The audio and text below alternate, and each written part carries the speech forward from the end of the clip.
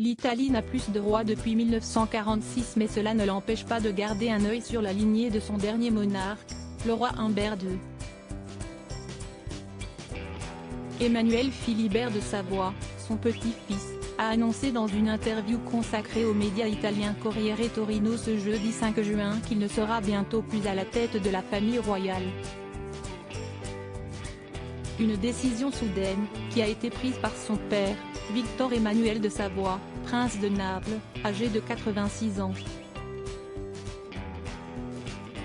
Cette abdication s'effectuera donc bientôt au profit de la princesse Vittoria de Savoie, la fille aînée d'Emmanuel Philibert, née en 2003 de son mariage avec l'actrice française Clotilde Courreau. « Je vais m'écarter et laisser une femme s'avancer dans la lumière », a déclaré le prince. « Je suis sûr qu'elle fera mieux que moi. »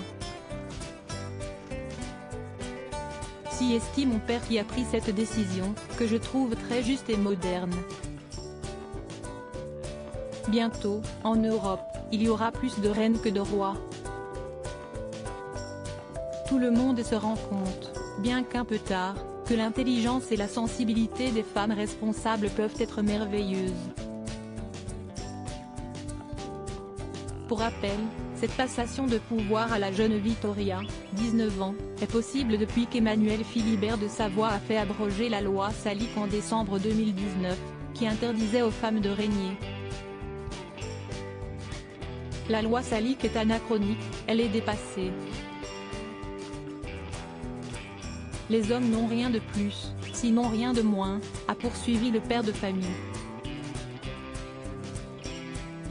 La famille royale italienne a pu revenir dans la péninsule en 2002 seulement, lorsque la loi d'exil a pris fin.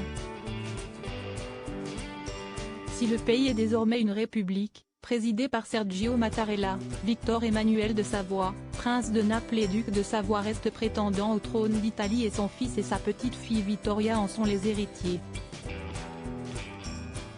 J'ai ouvert la voie. J'ai enlevé les mauvaises herbes. Tout ce que j'ai fait, je l'ai fait parce que je le voulais. C'était particulièrement important pour mes filles car je voulais leur offrir l'opportunité de commencer une vie, une carrière, en Italie. Dans ce monde que je n'avais pas. Leur assurer qu'on pouvait repartir à zéro, a conclu le mari de Clotilde Courreau.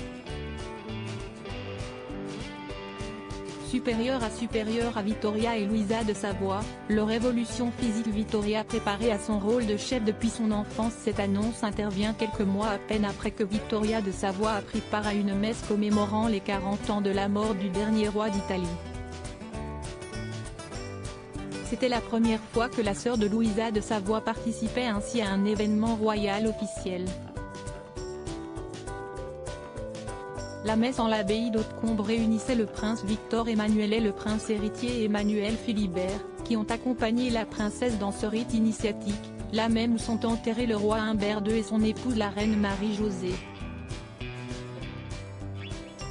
Clotilde Courreau se confiait, en janvier dernier, sur l'éducation de sa fille aînée dans une interview à l'Illustré, expliquant comment cette dernière est préparée depuis son plus jeune âge à devenir la chef de la famille.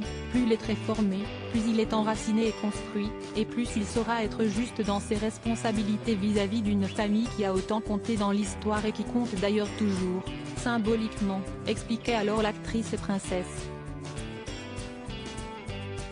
Il faut avant tout qu'elle trouve sa propre voie, ensuite qu'elle connaisse l'histoire de sa famille et qu'elle s'interroge sur ce que voudrait dire être héritière d'une famille aussi ancienne. Crédit photo, Claudia Albuquerque.